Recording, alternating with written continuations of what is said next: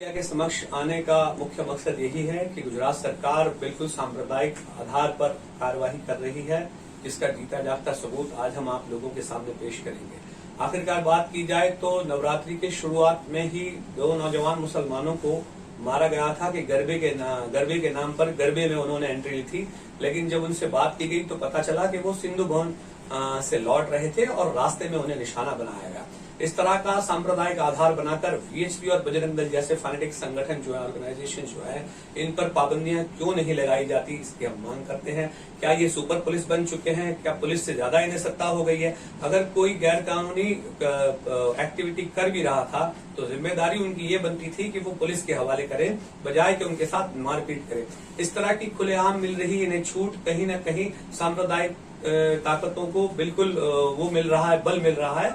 और आने वाले दिनों के अंदर में जिस तरीके की परिस्थिति का निर्माण होगा, अगर इस तरह के सांप्रदायिक संगठन सुपर पुलिस बन के काम करेंगे तो ये बड़ा प्रॉब्लमेटिक है। हम मांग करते हैं कि ऐसे संगठनों के खिलाफ गुजरात सरकार सख्ती से कार्रवाई करे। दूसरे नंबर की बात की जाए तो द्वारका में पिछले 5 दिनों से जिस तरह से डेमोलिशन चल रहा है, वहां पर 15 से ज्यादा मजार तोड़ दिए गए हैं वहां पर, और पुलिस को इस तरीके से लगा दिया है कि चप्पे चप्पे पे पैरा है, किसी को घर से बाहर निकलने की इजाजत नहीं है। वहां पर आम आवाम सड़कों पर नहीं निकल सकती, इस तरीके का वातावरण बना दिया गया है। नगर पालिका का पूरा बोर्ड जो है उसको विश्वास में लिए बिना ही ये कार्रवाई की जा रही है। द्वारका में जो नया ब्रिज बन रहा है वो ब्रिज कब्रिस्तान की जमीन में से निकलता है, जिसका रजिस्ट्रेशन ऑलरेडी वक्फ में है, लेकिन उसके बावजूद भी वहां पर बने मजार तोड़े गए।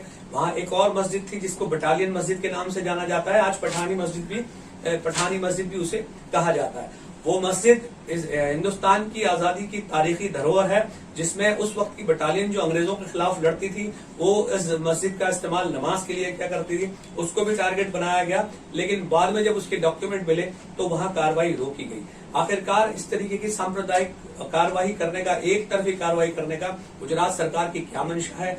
क्यों सांप्रदायिक नीतियों के आधार पर इस तरह से काम किया जा रहा है? पूरे द्वारका के अंदर में एक भी और किसी मजहब के किसी भी धार्मिक स्थान को तोड़ा नहीं गया, जहां काफी सारा इलीगल कंस्ट्रक्शन है।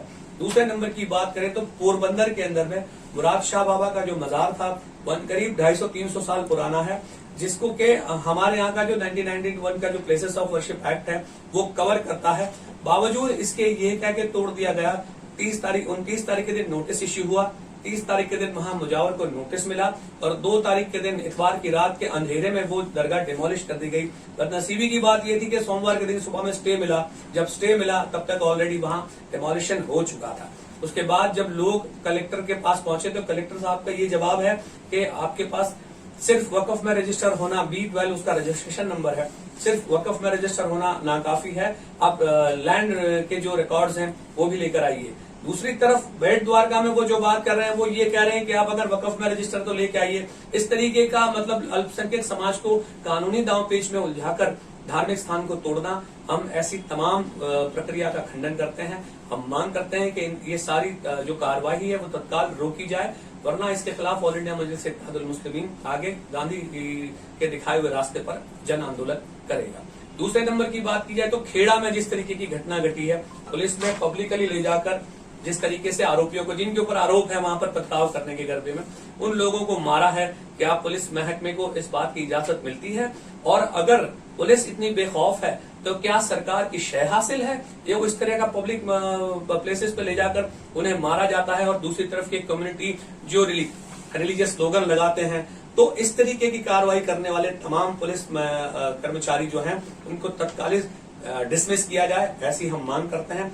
चौथे नंबर का जो इंसिडेंट है वो मांगरोल में जो कल बना, जिसमें कब्रों पर कंकु और सिंदूर डाले गए, गंदे कपड़े फेंके गए, जिसका अभी तक कोई ऑफेंस रजिस्टर नहीं हुआ है। आखिरकार गुजरात सरकार की ये जो नीति है, जो मुसलमान विरोधी नीति है, अल्पसंख्यक विरोधी नीति है, हम इसका खंडन करते हैं और मांग करते हैं कि जो लोग भी गुनहगार हैं उनके खिलाफ सख्त कार्रवाई हो और ये डिमोलिशन की कार्रवाई तत्काल रोकी जाए।